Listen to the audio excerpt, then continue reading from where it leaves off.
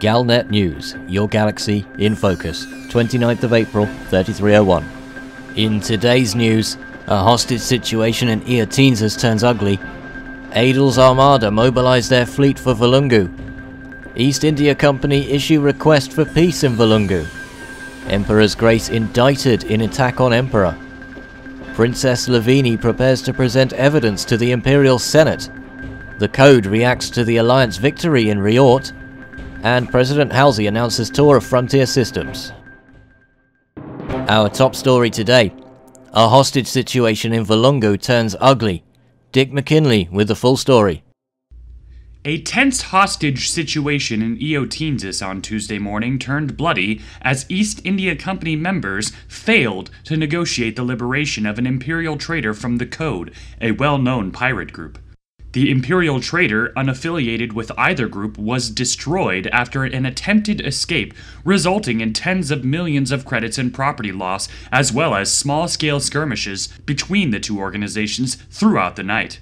EIC members later went on to admit that poor communication and victim anxiety led to this tragic outcome. Members of the Code confirmed they were operating in the Eotienses system to take advantage of the distraction provided by the ongoing merchant marine blockade. A group of Empire-aligned East India Company members were alerted to this ongoing pirate activity by Commander Swift Arrow. Commander Trillin of EIC had this to say about the Code operation. Quote, "This wasn't going to be a normal pirate dust-up. Past dealings with the Code have proven they can be particularly stubborn when push comes to shove. I do have a working relationship with Code, though, so when I arrived at Parkinson Dock and found them there, I hailed them, giving them the opportunity to leave peacefully without pursuit." End quote. Code member A Sneaky Ninja later went on record saying they were initially outnumbered by EIC forces in the area. After a number of threats from EIC, the small force of Code members took a nearby Type 9 hostage, one Commander Egg 90, to, quote, gain leverage for ransom and safe passage out of the system, end quote. The self-identified pirates then went on to demand 10 million credits in palladium. EIC members attempted to gather enough funds from local EIC-affiliated traders in order to pay the ransom, despite Egg 90 not being a member of EIC. As negotiations with the hostage takers continued, the hostage attempted to escape, but was destroyed by his captors before anyone could respond.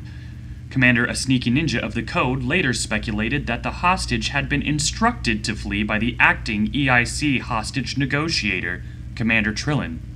Though it is unclear exactly what the hostage believed, Commander Trillin is quoted as saying, "The members of Code appeared to be getting a little jumpy, and I started to worry that things were not going to end well.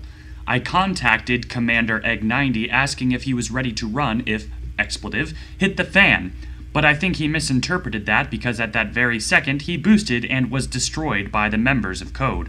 End quote.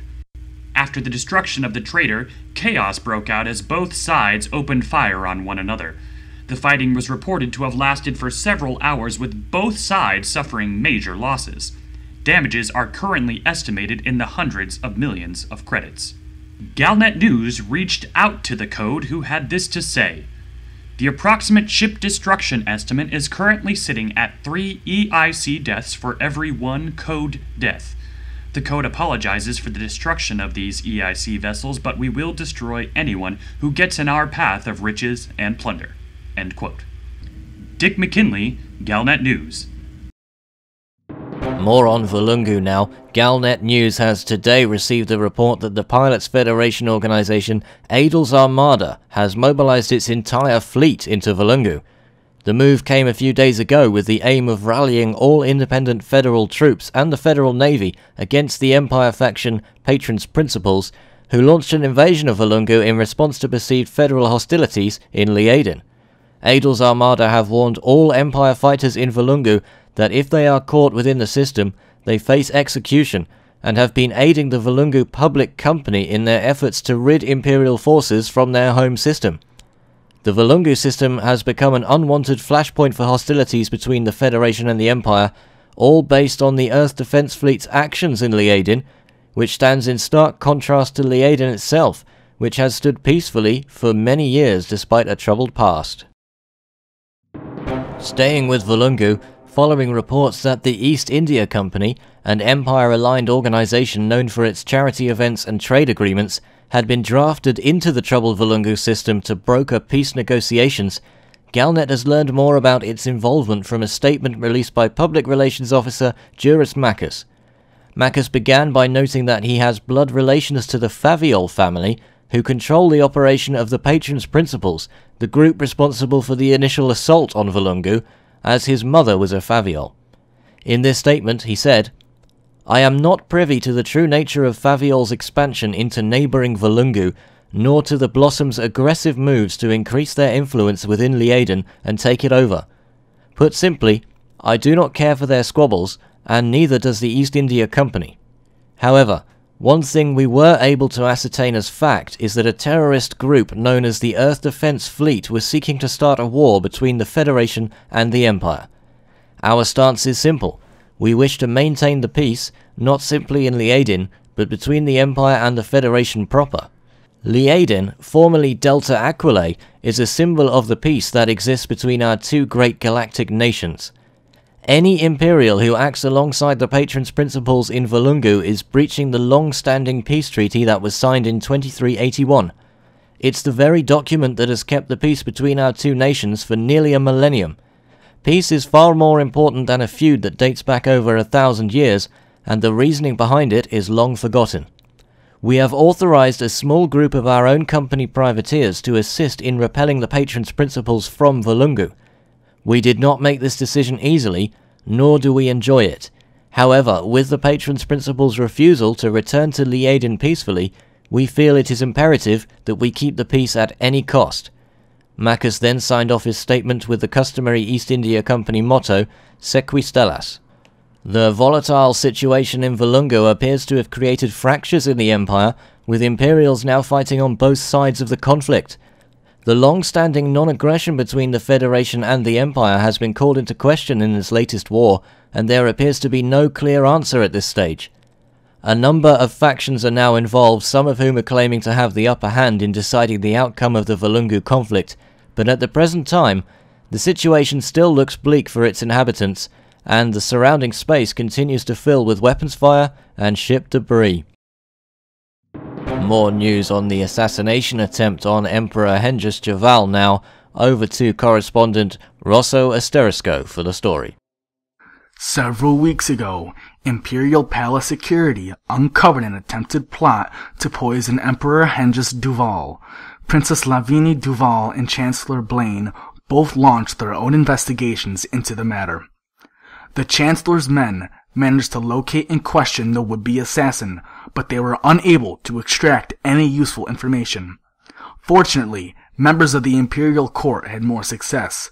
They identified several criminal syndicates operating in the areas around Nahet and Mickland that were rumored to have ties with a secretive underworld wetwork firm. After smashing more than a few pirate dens, Imperial investigators learned that the funds for the hit had been channeled via Silver Allied Network through the Silver Universal PLC to an unknown group in HR 706. Senator Lavigny's request to pursue her investigation into HR 706 was originally met with refusal by members of Emperor's Grace, who even went so far as to lodge an official protest with the Senate. Emperor's Grace would later find themselves forced to acquiesce under orders issued by Senator Petraeus. Rosso Asterisco, Galnet News. And in fact, it looks like Emperor's Grace had good reason to want the princess kept out of the system, as new information came to light which has implicated the leadership of Emperor's Grace in the attack on the Emperor. Senator Petraeus is disavowing any knowledge of the incident, although he has so far refused to allow any members of Emperor's Grace to be removed from HR 706.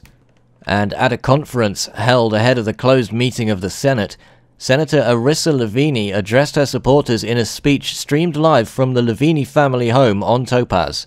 She said, "The last few weeks have been difficult for us all, but I am pleased to announce that our trials are almost over. Evidence collected by members of the court, which includes members of Emperor's Grace loyal to the House of Javal, has provided my investigators with irrefutable proof that the leadership of the HR 706 chapter of Emperor's Grace did, with malicious aforethought and intent, act to commit treason most foul against our beloved father. Today I will prove beyond a shadow of a doubt that the HR 706 chapter of Emperor's Grace has allowed itself to become intimately entangled with a villainous network of psychopaths, sociopaths, and other assorted scum. Among them, the organization which provided the would-be killer for use in this foul conspiracy. This stain against our empire's honor will not be allowed to stand.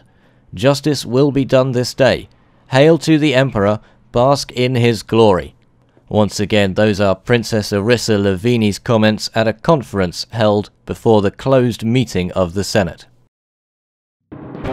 As featured earlier this week on Galnet News, the system of Reorte in the Lave Cluster was the theater of a lightning war between the Pro-Alliance League and Purple Dynamic Commodities. The Allied forces, spearheaded by the Alliance Elite Diplomatic Corps, or the AEDC, won a decisive victory to retake the system against the Independent Corporate Army backed by the Code, a famous pirate organization. At the time of broadcast, the approval rate for the Pro-Alliance League sits at 52.3%, against Purple Dynamic Commodities' 9.7%. The spokesperson for the AEDC, Commander Morgan Denai, confirmed that the Corps has been working undercover in the region since the end of the war in Listi. He refused to provide any details about their operations, instead clarifying that the Alliance is not an occupying army. It provides local community leaders with the support they need to run their starports in their own way. Some consider this approach to be weakness. We consider it to be the right way. Although he acknowledged their combat proficiency, Morgan Denai concluded that the Code misunderstood the will of the people living in the Lave Cluster. Hostilities must end, and the group must allow Listi an uncontested return to the Alliance. While the Code knew the AEDC was operating in the area, Commander S7 admitted that they were surprised by the Alliance's progress in Reorte. He went on to assure Galnet that the organization's plans for a free New Caribbean were still on track. On this subject, he added, "Although we lost Reorte for now, it was a sacrifice we were willing to make." The Code claims that this diversion allowed them to consolidate independent factions in at least 3 other star systems, including Listi. Even if Commander S7 congratulated the AEDC for their use of subterfuge in Reorte, he was quick to discourage them from applying their methods elsewhere in the Lave Cluster. The AEDC's motives are noble, but if they truly value the local populations, and not just Alliance control, they will leave Listi and other independent systems as is. In conclusion, S7 stated that the recent peace between the Alliance and us in these systems has brought a state of well-being the citizens of Listi have not seen in ages.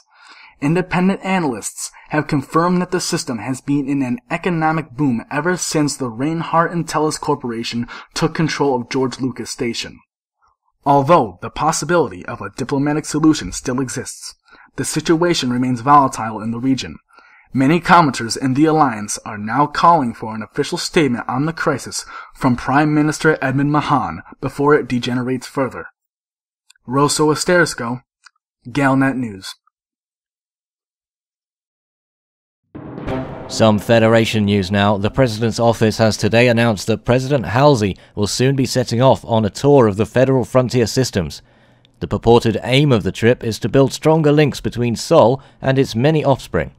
For years, Federal Frontier Systems have complained that the Mars Congress has consistently failed to provide adequate support for fledgling federal colonies.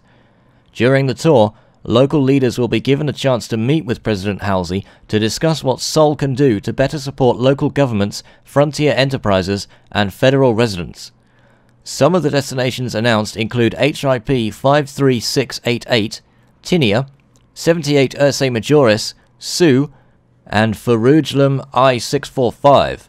Other destinations are expected to be added at a later date. That's the Galnet news for today. Tune in next time to keep your galaxy in focus.